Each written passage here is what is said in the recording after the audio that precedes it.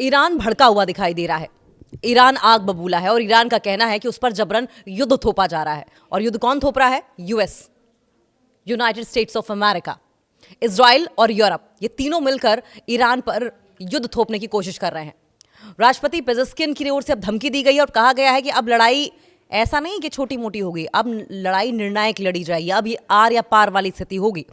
Israel और America के साथ अब जो जंग जारी रहेगी वो पूरे पैमाने पर जारी रहेगी। इसका मतलब है कि फुल स्केल वॉर देखने को मिलेगी अब इजराइल और अमेरिका के साथ ईरान की। और ये बहुत ही क्लियर कट कह दिया ईरान के राष्ट्रपति पेजेस्किन की ने, उनकी ओर से बयान भी दिया गया। और बयान में क्या कहा गया?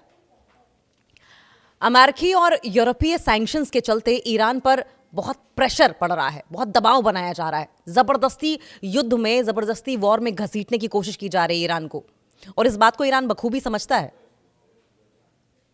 नेतन्याहू और ट्रंप की मुलाकात से ईरान भड़का हुआ नजर आ रहा है और उसने अमेरिका और इजराइल पर उसके खिलाफ युद्ध थोपने का आरोप लगाया है। ईरान की ओर से कहा गया है कि कॉन्स्पिरेसी की जा रही है, हमारे खिलाफ युद्ध थोपने की कोशिश की जा रही है। हम युद्ध जैसी स्थिति में आना नहीं चाहते, हम जबरदस्ती की लड़ाइयों में नहीं पड़ना चाहते, हम वॉर में नहीं घुसना चाहते, लेकिन जानबूझकर वॉर थोपी जा रही है हम पर। ईरान के राष्ट्रपति मसूद पेजेस्किन ने यह दावा किया है कि अमेरिका, इजराइल और यूरोप उनके देश के खिलाफ युद्ध छेड़ रहे हैं। ईरानी राष्ट्रपति का यह बयान ऐसे समय में आया है जब सोमवार को इजरायली पीएम बेंजामिन नेतन्याहू अमेरिकी राष्ट्रपति डोनाल्ड ट्रंप से मुलाकात करने वाले हैं। ये बहुत ही इंपॉर्टेंट मीटिंग है जो आज होने वाली है। ईरान के सर्वोच्च नेता हैं अयातुल्ला अली खामेनेई। इनकी ऑफिशियल वेबसाइट को एक दिए गए इंटरव्यू में राष्ट्रपति पेजेस्किन ने कहा कि मेरी राय यह है कि हम अमेरिका, इजराइल और यूरोप के साथ एक पूर्ण युद्ध में हैं। ये बहुत बड़ी बात है कि अगर ईरान ये ऐसा मान रहा है, ईरान ये कह रहा है अगर कि इजराइल, अमेरिका और यूरोप के साथ वो पूरी तरीके से वॉर सिचुएशन में है, वॉर लाइक सिचुएशन में भी नहीं, वॉर सिचुएशन में है, वॉर में है, तो आप अंदाजा लगा सकते हैं कि आने वाले समय में क्या हो सकता है। और पेजेस्किन ने साथ में यह भी कह दिया कि वे नहीं चाहते कि हमारा देश अपने पैरों पर खड़ा हो सके। लगातार अमेरिका, इजराइल और यूरोप इस बात को लेके कॉन्स्पिरेसी कर रहे हैं, साजिश रच रहे हैं कि किसी भी तरीके से ईरान अपने पैरों पर खड़ा ना हो सके। किसी भी मामले में, न्यूक्लियर पावर का मामला तो अलग रख दिया जाए, इसके अलावा भी सेल्फ डिपेंडेंट कंट्री ईरान कभी ना बन सके। ईरान के राष्ट्रपति मसूद पेजेस्किन का यह बड़ा बयान आया है सामने। उन्होंने कहा कि ईरान, इजराइल, अमेरिका और यूरोप के साथ पूरी तरीके से जंग की स्थिति में है। वो नहीं चाहते कि मुल्क में सुकून रहे।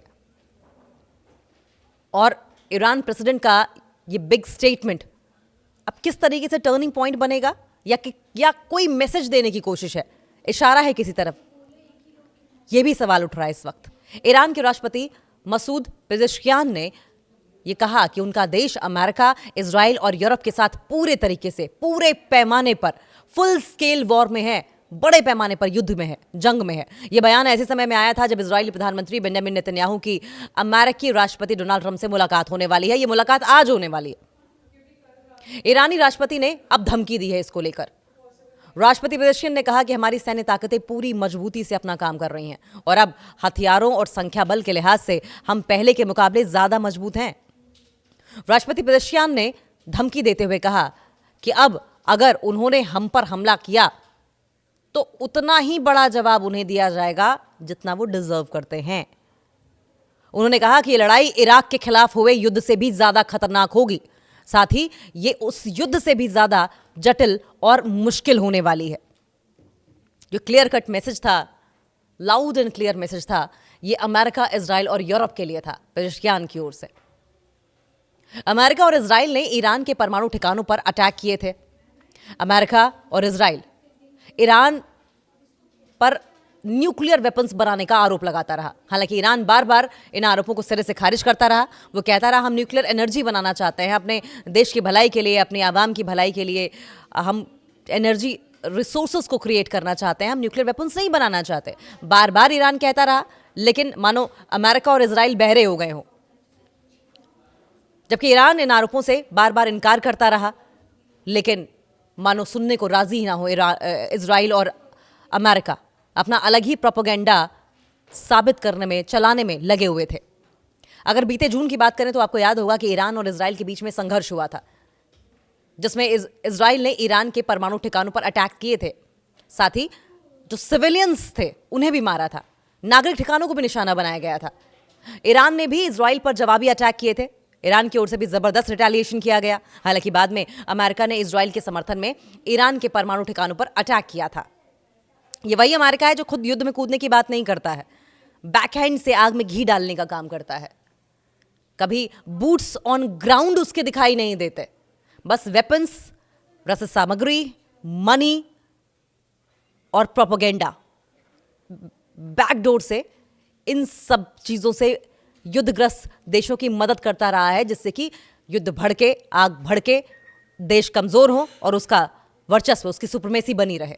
और यही उसने इजराइल के साथ भी किया, जिसमें कथित तौर पर अगर देखा जाए तो ईरान के जितने भी न्यूक्लियर प्रतिष्ठान थे, न्यूक्लियर आउटपोस्ट थी, उनको भारी नुकसान हुआ है। इसके साथ साथ जनवरी में अमेरिका की सत्ता संभालने के बाद से ट्रंप सरकार ने ईरान की सरकार पर दबाव बढ़ा दिया। अपने पहले कार्यकाल में भी ट्रंप ने ईरान पर दबाव बनाया और दूसरे कार्यकाल में भी उस स्ट्रेटेजी को जारी रखा। प्रतिबंध लगाने के चलते ईरान को वैश्विक तेल बाजार में राजस्व का भारी नुकसान उठाना पड़ा है। नेतन्याहू और ट्रंप की मुलाकात में ईरान पर और ज्यादा दबाव बनाने को लेकर चर्चा भी हो सकती है। पेज़ेश्कियान ने ये बात शनिवार को ईरान के सर्वोच्च नेता अयातुल्लाह अली खामेनेई की आधिकारिक वेबसाइट पर एक इंटरव्यू पब्लिश किया गया था, उसी इंटरव्यू में कही थी। उन्होंने कहा कि मौजूदा हालात जो है, प्रेजेंट सिनेरियो जो है, वो 1980 के दशक में, 1980 के दशक में ईरान और इराक के बीच हुई भीषण जंग से भी ज्यादा गंभीर है। और ये कह देना पेज़ेश्कियान का ये सीधे तौर पर बड़ी वार्निंग है इजराइल के लिए। उन्होंने कहा ईरान और इराक के बीच में जो जंग हुई है उससे कहीं ज्यादा खतरनाक इजराइल और ईरान के बीच में होगी, और अब की बार ईरान कुछ नहीं देखेगा, कोई लिहाज नहीं करेगा। उन्होंने कहा कि हम अमेरिका, इजराइल और यूरोप के साथ एक पूर्ण युद्ध में हैं। वे नहीं चाहते कि हमारा देश किसी भी तरीके से स्टेबलाइज हो। 1980 से 1988 में जिस तरीके से जंग हुई थी उससे भी ज्यादा भयानक जंग, भयावह जंग अब की बार होगी।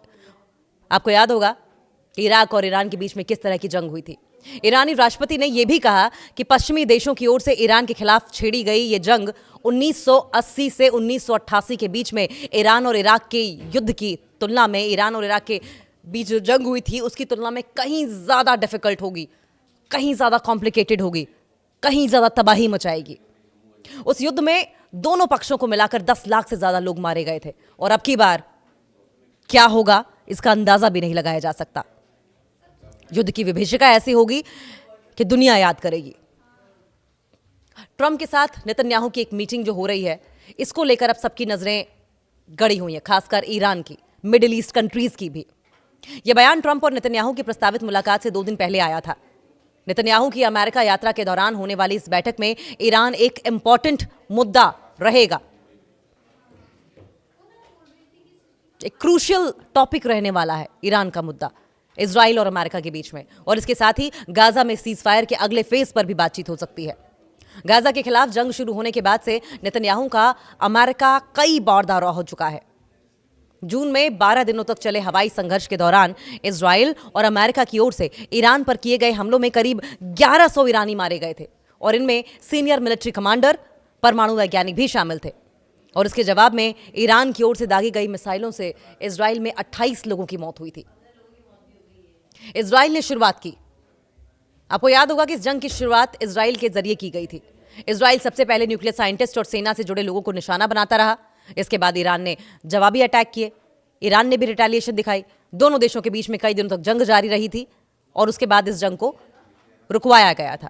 इसका भी क्रेडिट हालांकि अमेरिका ने लेने की कोशिश की थी, लेकिन जिस तरीके से अमेरिका कर रहा है, यह साफ तौर पर जंग खत्म करने का काम नहीं, ये सामने अगर देखा जाए तो जंग रुकवाने की कोशिश करता है, लेकिन पर्दे के पीछे आग भड़काने की कोशिश कर रहा है।